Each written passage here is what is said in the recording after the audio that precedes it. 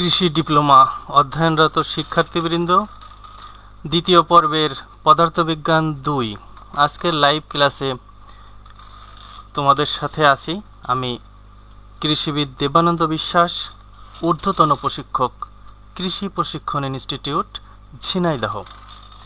আজকের চ্যাপ্টারের নাম পরমাণুর গঠন, structure of life, structure of atoms. শিক্ষার্থীবৃন্দ, আশা করছি তোমরা বৈশ্বিক এই করোনা মহামারীতে বাড়িতে ভালোই আছো। শুধু তাই না, আমরা এও আশা করি যে তোমরা অন্যদেরও ভালো রাখছো। আমি মনে করি যে তোমরা একটা বিশেষ অভিজ্ঞতা লাভ করলে যে তোমাদের ক্লাসরুম যেটা ছিল, এখন তোমাদের রিডিং রুমটাই তোমার ক্লাসরুম। তো সেই ক্ষেত্রে কেননা বিভিন্ন এটিআর স্যারেরা সুন্দর সুন্দর ক্লাস নিচ্ছেন এবং সেই ক্লাসটা তুমি তোমার রিডিং রুমে বসেই পাচ্ছ। এই কারণে আমি মনে করি যে তোমার প্রস্তুতি নিতেও কিন্তু খুব সহজ হবে, সুন্দর হবে। তো কথা না বাড়িয়ে চলো আজকের ক্লাসে যাওয়া যাক।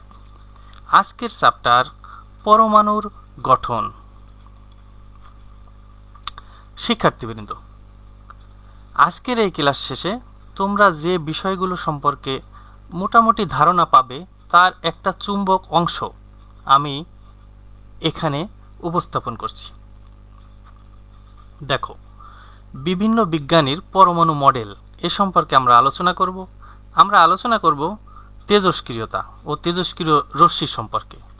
এছাড়া তোমরা দেখতে পাবে যে গড় আয়ু, অর্ধায়ু, ক্ষয় ধ্রুবক, এগুলো ওই তেজস্ক্রিয় পরমাণুর সম্পর্কে কিছু আলোচনা। এছাড়া তোমরা জানতে পারবে নিউক্লিয় ফিউশন ও শৃঙ্খল বিক্রিয়া, নিউক্লিয় বল ও ভর ত্রুটি সম্পর্কেও তোমরা একটা ধারণা পাবে। এছাড়াও আমি চেষ্টা করব যে তোমাদের একটি গাণিতিক সমস্যার সমাধান দেওয়ার জন্য।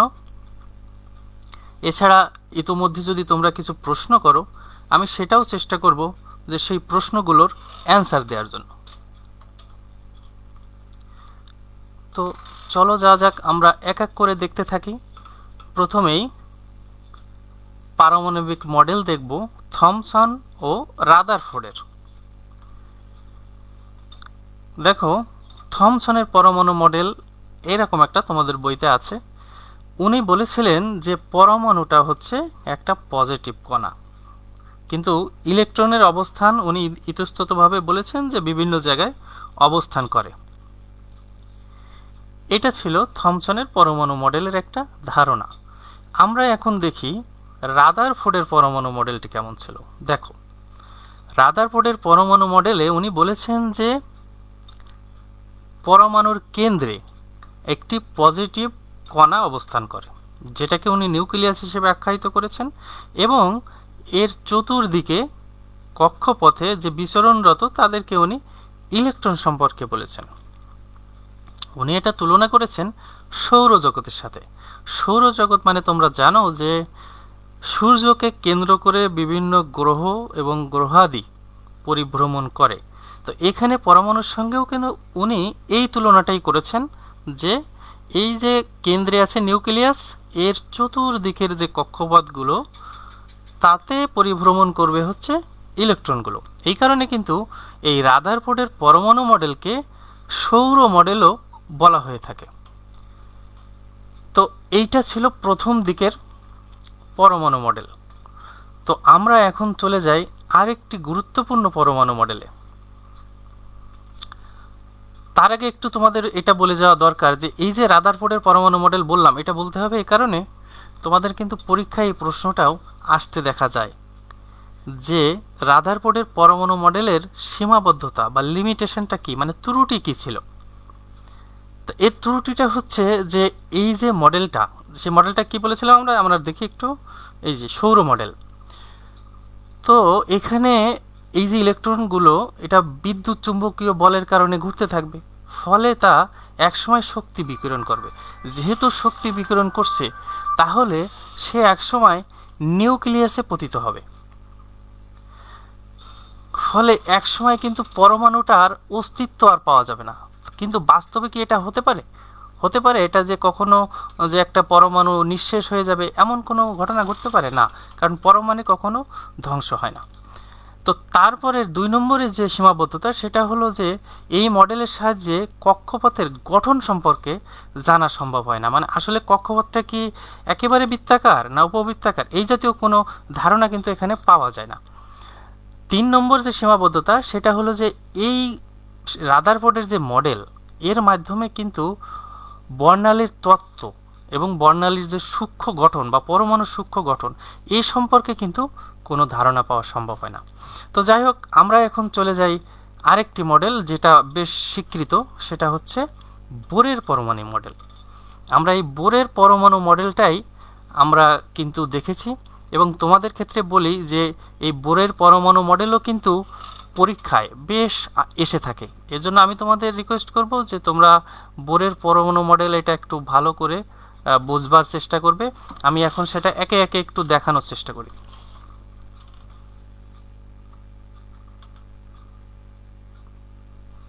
দেখো, এই যে বোরের পরমাণু মডেলের প্রথম যে স্বীকার্য, মানে উনি 3টা স্বীকার্য দিয়েছেন মানে এই পরমাণু সম্পর্কে। তো প্রথম যে স্বীকার্য সেখানে উনি স্পষ্ট করে বলেছেন যে এই যে পরমাণুর ইলেকট্রনগুলো এগুলো স্থায়ী কক্ষপথে আবর্তন করবে। স্থায়ী কক্ষপথ, আবর্তন মানে ঘুরবে। দেখো এখানে আমি একটু দেখানোর চেষ্টা করছি, মাঝখানে নিউক্লিয়াস আর এখানে এই যে 3টা কক্ষপথ এখানে আমরা দেখতে পাচ্ছি। তো এই 3টা কক্ষপথে তারা পরিভ্রমণ করবে। এবং কিভাবে ঘুরবে? কোনো কিছু ঘুরলে কিন্তু কৌণিক ভরবেগে তাকে ঘুরতে হয়।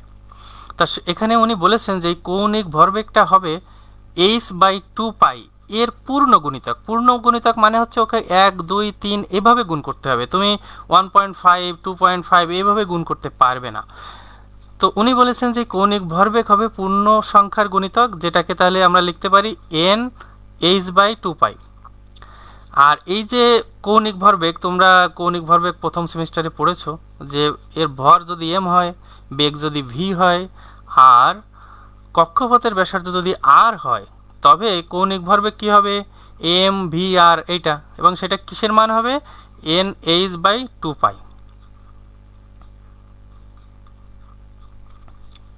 তাহলে আমরা এখন দ্বিতীয় স্বীকার্যে চলে যাই।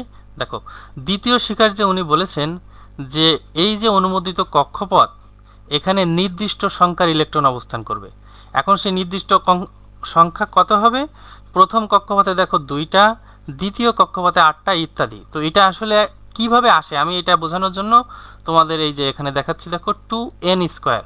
এই nটা হচ্ছে কক্ষপথ, তার মানে কি দেখো এই যে n এর মান যদি 1 হয় তাহলে ইলেকট্রনের সংখ্যা কত হবে? 1² × 2 মানে 2। যদি 2 হয় তাহলে কত হবে? দেখো 8। এইরকমভাবে যদি 4 হয় তাহলে কত হবে? দেখো তোমরা এগুলো কিন্তু দেখেছো যে 32, তারপরে হচ্ছে 18, এগুলো হচ্ছে যে তোমরা দেখেছো। কিন্তু কিভাবে আসে আমি এখন সেটা দেখালাম। কিভাবে এটা আসে?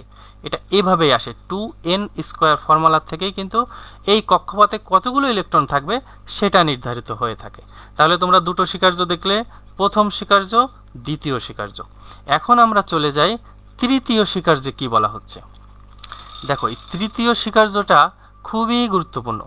তৃতীয় স্বীকার্য থেকে আমরা কিন্তু ওই বিষয়গুলো কিছুটা বর্ণালীর ধারণা, কিছুটা এই যে দেখো এখানে কিন্তু এই কথা বলা হচ্ছে যে এই যে ইলেকট্রনগুলো পরিভ্রমণ করবে সেই ইলেকট্রনগুলো যদি উচ্চতর কক্ষপথ থেকে নিম্নতর কক্ষপথে আসে তাহলে সে তার এনার্জি সে শক্তি ত্যাগ করবে, ত্যাগ করে নিম্ন কক্ষপথে আসবে। আবার যদি নিম্ন কক্ষপথে সে থাকে তাহলে শক্তি গ্রহণ করে উচ্চ কক্ষপথে যেতে পারবে। এইটা হলো তৃতীয় স্বীকার্য। তাহলে আমরা কিন্তু 3টা স্বীকার্য দেখলাম। আমি আগেই বলেছি বোরের পরমাণু মডেল পরীক্ষায় বড় প্রশ্ন আকারে আসে। আমি আশা করছি যে তোমরা 3টা বুঝতে পারলে, এইটুকু জিনিস সঠিকভাবে লিখতে পারলে কিন্তু ফুল নম্বর। তাতে করে তোমার হুবহু মুখস্থ করে লিখতে হবে এমন কিন্তু কোনো কথা নয়। আমরা এখন চলে যাই, দেখি আমাদের পরের টপিকটা কি। পরের টপিকটা তোমরা দেখতেই পাচ্ছ। পরের টপিকটা হচ্ছে তেজস্ক্রিয়তা। তো তেজস্ক্রিয়তা দেখো আমি এখানে একটা চিহ্ন ব্যবহার করেছি, তেজস্ক্রিয়তার চিহ্ন। তোমরা এই চিহ্নটা যদি কোথাও দেখতে পাও বুঝবে যে ওখানে কোনো রেডিও অ্যাক্টিভ কেমিক্যালস আছে।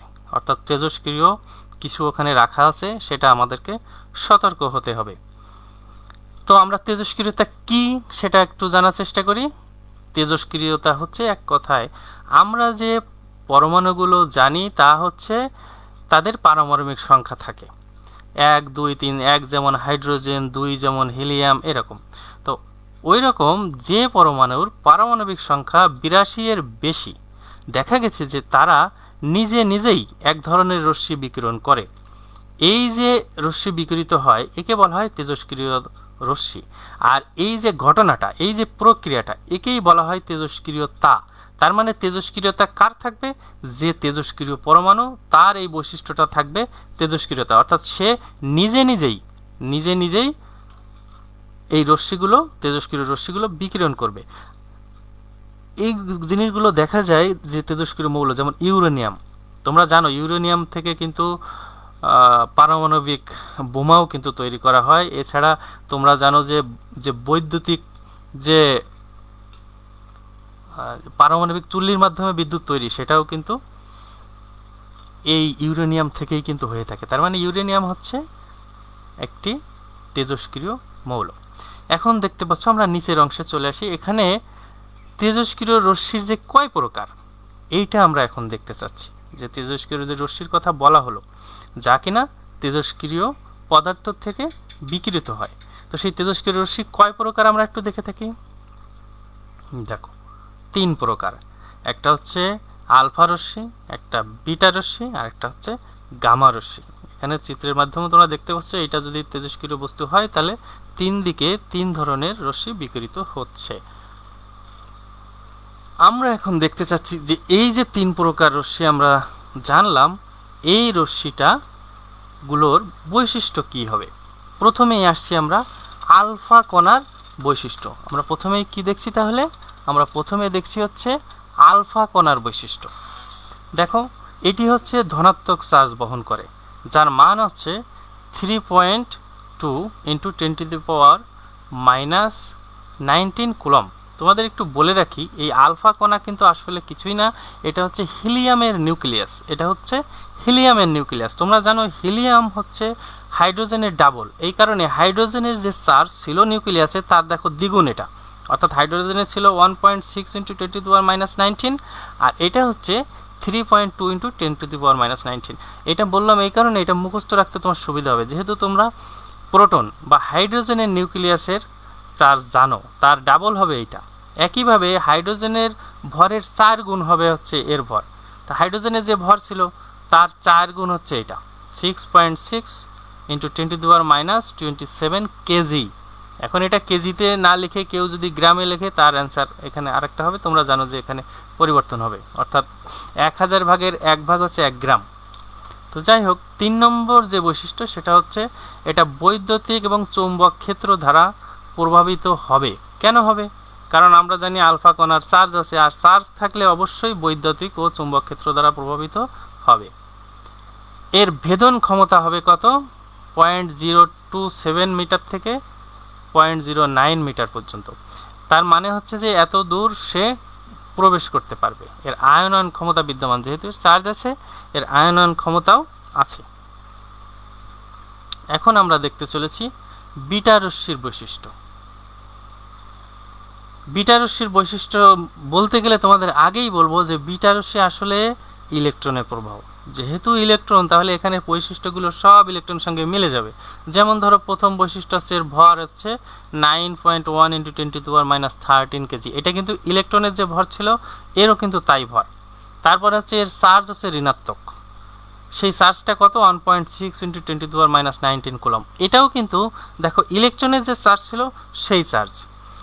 এর চৌম্বক এবং বৈদ্যুতিক ক্ষেত্র দ্বারা প্রভাবিত হয়। দেখো আগেও তাই ছিল আলফা কণার ক্ষেত্রেও। এর কারণ হচ্ছে দুইজনেরই চার্জ আছে, উপরেরটার হচ্ছে ধনাত্মক চার্জ, নিচেরটার হচ্ছে ঋণাত্মক চার্জ। ওকে, 4 নম্বরে দেখো আছে এর ভেদন ক্ষমতা আলফা রশ্মির চাইতে বেশি। অর্থাৎ এর ছিল দেখো 0.09 মিটার পর্যন্ত, আর এ হবে তার চাইতেও বেশি, এবং এর আয়নায়ন ক্ষমতাও বিদ্যমান। তাহলে আমরা দুটো কণার বা দুটো রশ্মির কিন্তু বৈশিষ্ট্য আমরা জেনে গেলাম।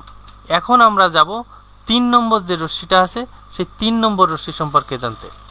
3 নম্বর রশ্মিটা কি? গামা রশ্মি। তাহলে গামা রশ্মির বৈশিষ্ট্য কি? এর কোনো চার্জ নেই, দেখো আগের দুইটা কিন্তু চার্জ ছিল, একটা ধনাত্মক একটা ঋণাত্মক, এর চার্জ নেই, এর ভরও নাই, কিন্তু এর যে গতি সেটা আলোর গতির সমান। আলোর গতি মানে দেখো 3 × 10⁸ মিটার পার সেকেন্ড, এটা কিন্তু আলোর গতি।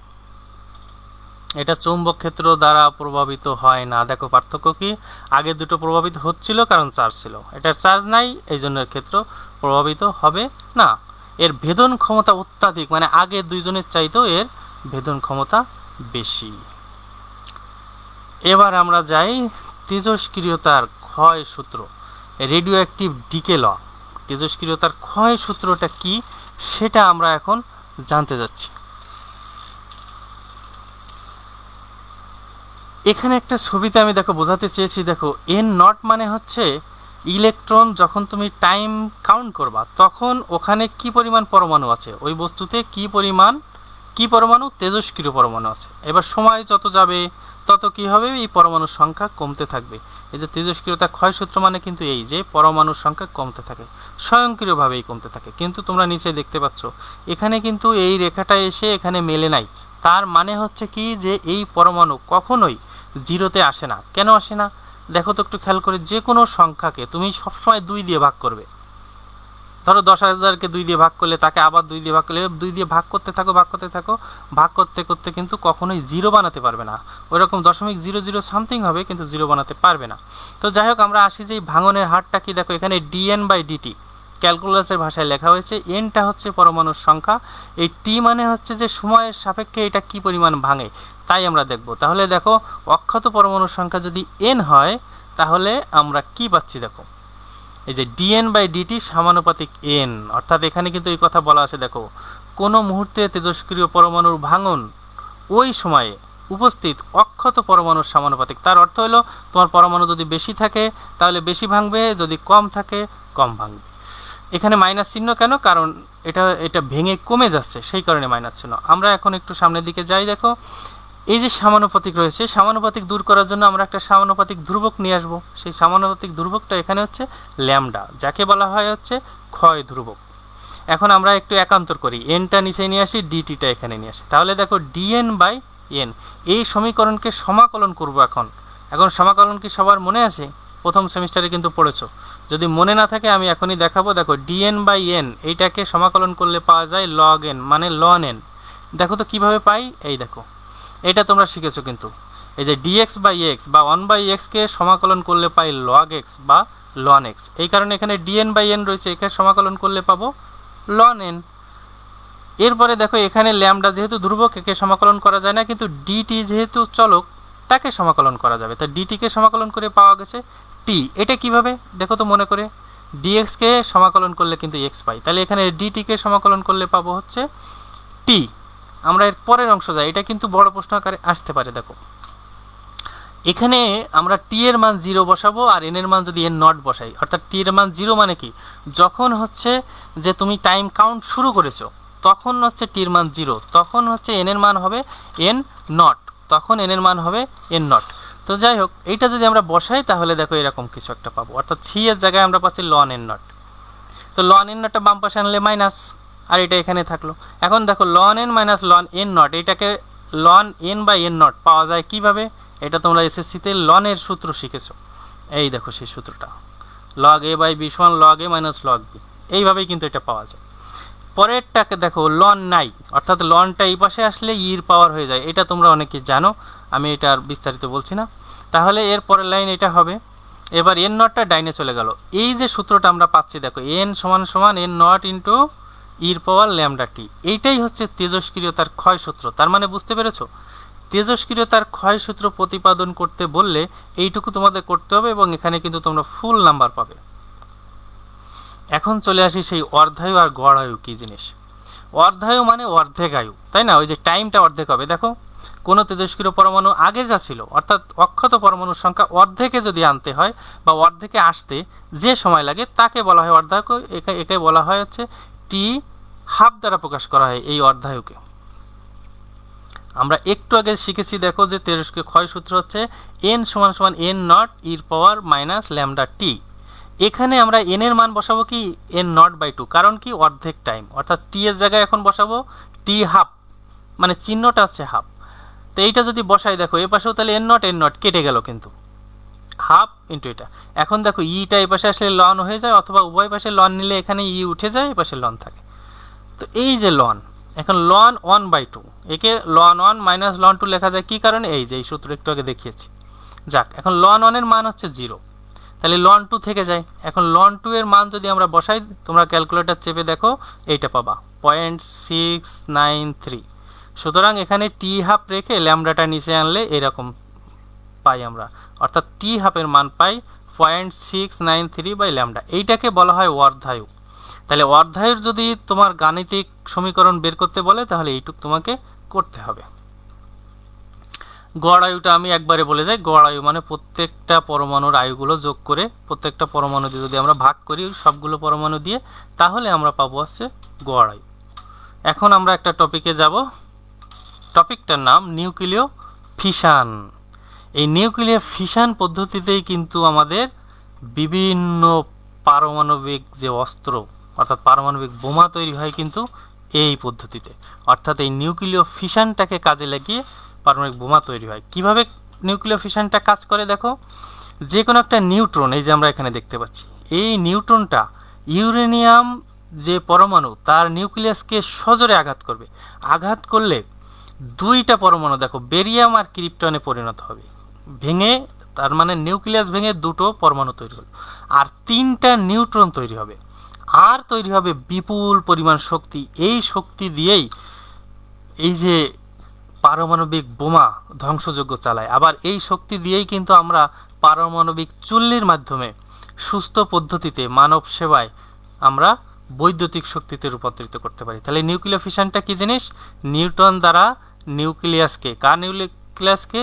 ইউরেনিয়াম নিউক্লিয়াসকে আঘাত করে এই শক্তি তৈরির প্রক্রিয়াটাই হচ্ছে নিউক্লিয় ফিশন। এখন চলে আসি নিউক্লিয় ফিউশন কি জিনিস। দেখো আগেরটা ছিল ফিশন, এটা ফিউশন। ফিউশন মানে দুটো একসঙ্গে যোগ হবে। দেখো এখানে আছে হাইড্রোজেনের একটা আইসোটোপ হচ্ছে ডিউটেরন আর ট্রাইট্রন, এরা দুটো একসঙ্গে মিলিত হয়ে কি তৈরি হচ্ছে? একটা হিলিয়াম তৈরি হচ্ছে। তাহলে আগে ছিল একটা ভেঙে দুইটা, এটা হচ্ছে দুইটা যোগ করে একটা, এবং এখানেও বিপুল পরিমাণ শক্তি তৈরি হবে। এটাকে বলা হয় নিউক্লিয় ফিউশন। এখন নিউক্লিয় ফিউশন কোথায় দেখা যায়? এটা কিন্তু সূর্যের ভিতরে ঘটে, আর হাইড্রোজেন বোমা, এই দুই ক্ষেত্রে কিন্তু নিউক্লিয় ফিশন কাজ করে।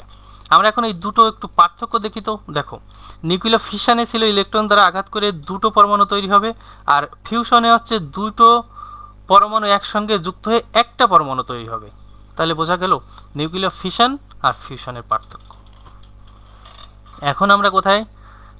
শৃঙ্খল বিক্রিয়া। একটু আগে আমরা এই ধারণাটা কিন্তু পেয়েছি যে একটা নিউট্রন দ্বারা ইউরেনিয়ামকে আঘাত করলে সেখান থেকে দুটো পরমাণু তৈরি হচ্ছে, আবার 3টা নিউট্রন তৈরি হচ্ছে। এই 3টা নিউট্রন আরও 3টা নিউক্লিয়াসকে আঘাত করবে। তাহলে এইভাবে যে একটার পর একটা চলতে থাকবে, এইটাকে বলা হয় শৃঙ্খল বিক্রিয়া বা চেইন রিয়াকশন। তাহলে চেইন রিয়াকশন কেন বলা হচ্ছে? যেহেতু এটা নতুন করে আর শুরু করে দিতে হচ্ছে না, এটা একটার থেকে একটা, আরেকটার থেকে একটা, এভাবেই চলতে থাকছে, এই জন্য এটার নাম হচ্ছে শৃঙ্খল বিক্রিয়া। এখন আমরা কোথায়? নিউক্লিয় রিঅ্যাক্টর কি জিনিস সেটা আমরা জানতে চলেছি। নিউক্লিয় রিঅ্যাক্টর, রিঅ্যাক্টর কথার অর্থ হলো একটা ব্যবস্থা যার ভিতরে এই ঘটনাটা ঘটানো হবে। একটু আগে আমরা যে চেইন রিয়াকশনটা দেখলাম, এই চেইন রিয়াকশনটা যার ভিতরে ঘটানো হয় তাকে বলা হয় নিউক্লিয় রিঅ্যাক্টর, যেটাকে আমরা বলতে পারি পারমাণবিক চুল্লি। এই যে এখানে দেখো, যে যান্ত্রিক ব্যবস্থায় শৃঙ্খল বিক্রিয়া ঘটিয়ে বিপুল পরিমাণ পারমাণবিক শক্তি উৎপন্ন হয় তাকে বলে পারমাণবিক চুল্লি বা নিউক্লিয় রিঅ্যাক্টর। এখানে বিভিন্ন রকম পারমাণবিক চুল্লি আছে, তাই বলা হলো। যেমন গবেষণার ক্ষেত্রে পারমাণবিক চুল্লি, প্লুটোনিয়াম তৈরির জন্য পারমাণবিক চুল্লি, এছাড়া হচ্ছে উচ্চ শক্তি উৎপন্ন করার জন্য পারমাণবিক চুল্লি, এনার্জি রিঅ্যাক্টর। এই এনার্জি রিঅ্যাক্টর দিয়েই আমাদের বিদ্যুৎ তৈরি হয়ে থাকে। এখানে যে রিঅ্যাক্টরের নীতি, এটা আমরা অলরেডি আলোচনা করেছি। দেখো এই যে নিউট্রন দ্বারা ইউরেনিয়ামকে আঘাত করে শক্তি তৈরি হবে। এই জন্য আমরা এখানে সময় না খরচ করে আমরা সামনের দিকে যাই। এখন আমরা যে বিষয়টা নিয়ে আলোচনা করব সেটা হচ্ছে নিউক্লিয় বল। নিউক্লিয় বলটা কি জিনিস? নিউক্লিয়াসের মধ্যে যে ক্ষুদ্র পাল্লার যে বল প্রোটন এবং নিউট্রনকে একসঙ্গে ধরে রাখে তাকে বলা হয় হচ্ছে নিউক্লিয় বল। তোমরা একটু দেখো যে এই বলের দুটো ধর্ম আছে, যে এটার পাল্লা অতি ক্ষুদ্র এবং এই বল চার্জ নিরপেক্ষ।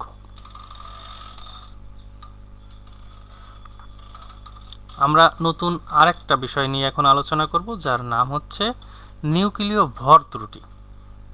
শব্দটা শুনে বুঝতে পারছো, ভরের ত্রুটি। আমরা একটু এই ভরের ত্রুটি কি জিনিস সেটা একটু দেখবার চেষ্টা করি, আশা করি আমরা আলোচনা করলে তোমরা বুঝতে পারবে।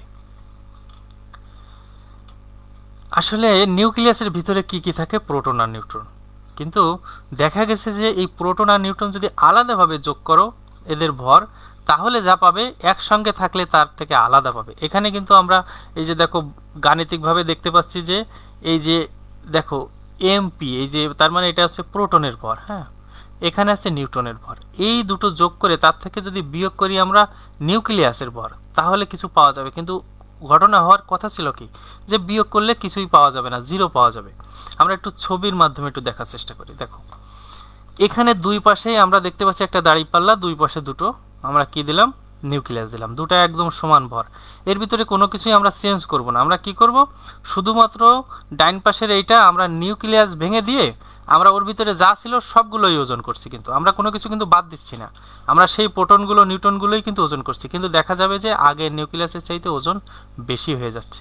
এই যে বেশি হয়ে যাচ্ছে, এই যে পার্থক্য, এইটাকেই বলা হয় হচ্ছে ভর ত্রুটি। তাহলে শিক্ষার্থীবৃন্দ, তোমরা কিন্তু এই বিষয়টা যদি কারো জটিলতা থেকে থাকে, আশা করি এখন কেটে গেল।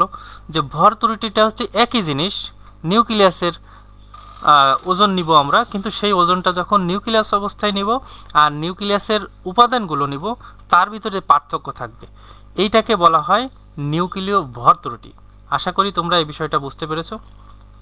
আমরা এটার একটু গাণিতিক বিষয় দেখতে পারি। যেমন এখানে দেখানো হয়েছে, দেখো যে এখানে একটি নিউক্লিয়াসের আমরা কি করব? আমরা এখানে প্রোটন, যেমন 6টা প্রোটন আছে, এই 6টা প্রোটনের আমরা ভর নেব, 6টি নিউটনে ভর নেব। নিলে কি পাইলাম? দেখো এখানে এই যে এইটা হচ্ছে এর মোট ভর।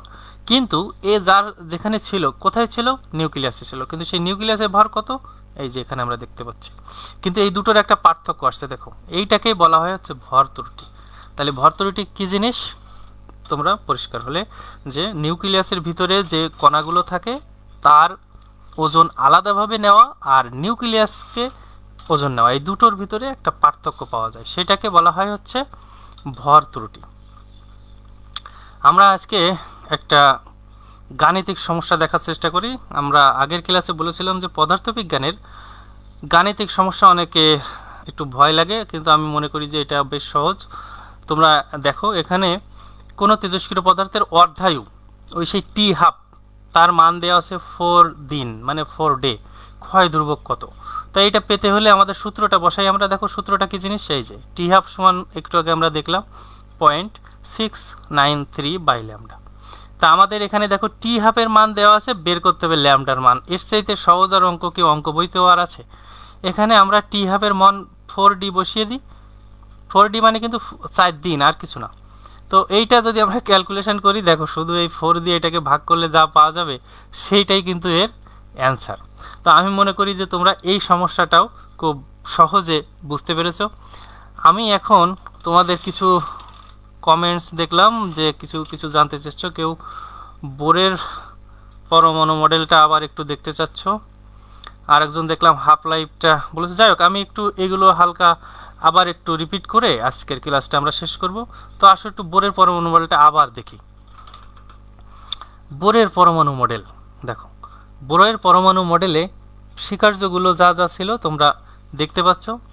প্রথম স্বীকার্যের কথা ছিল যে এর স্থায়ী কক্ষপথ সম্পর্কে এখানে আলোচনা করা হয়েছিল।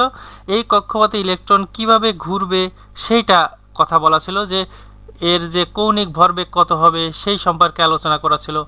দ্বিতীয় যে স্বীকার্য, সেখানে আমি তোমাদের বোঝাবার জন্য 2n² বলেছিলাম, যে এখানে বলা ছিল যে এই কক্ষপথে কতগুলো যে ইলেকট্রন থাকবে, সেই ইলেকট্রন কতগুলো হবে সেইটা আমি এখানে বোঝানোর জন্য 2n² ব্যবহার করেছি। যেখানে n এর মান 1 হলে তোমরা ইলেকট্রন দেখতে পাচ্ছ 2টা হবে, অনুরূপভাবে n এর মান যদি 4 হয় তাহলে ইলেকট্রন হবে 32টা।